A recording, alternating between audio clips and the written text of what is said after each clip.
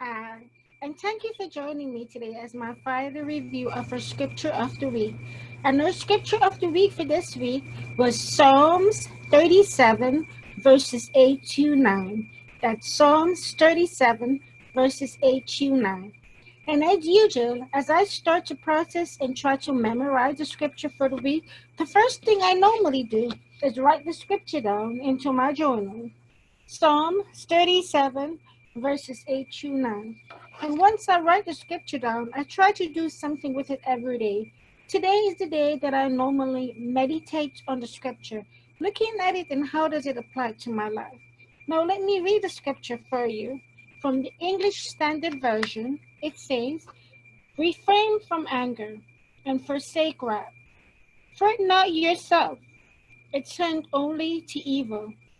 For the evildoers shall be cut off, but those who wait on the Lord shall inherit the land. Those who wait for the Lord shall inherit the land. This was Psalms 37, verses 8 to 9, and the ESV version. Now, when I read it from the New Living Translation version, Psalms 37, verses 8 to 9, it says, stop being angry. Turn from your rage. Do not lose your temper. It only leads to harm. For the wicked will be destroyed, but those who trust in the Lord shall possess the land. Do you see how much easier it is for us to read a scripture in the New Living Translation? But sometimes it's okay for us to read it in another version so we can get the background of where the scripture is coming from.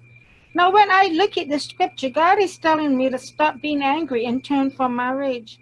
Do not lose your temper. It only leads to harm. It's very, very difficult for us not to lose our temper or get angry. When so many people do things to us, how can we not get angry? I know there are times in my life I get angry, but God is saying you can get angry, but don't lose your temper. Because once you lose your temper, you will do something that you can't take back the consequences for. Once we lose our temper, we act in a way that we didn't want to act. We do things that we didn't want to do. Or most importantly, we say things that we cannot take back. So God is trying to exhort us not to lose our temper. But why not? Here is what God is saying. For the verse 9, it explained to us. He says, for the wicked will be destroyed, but those who trust in the Lord will possess the land.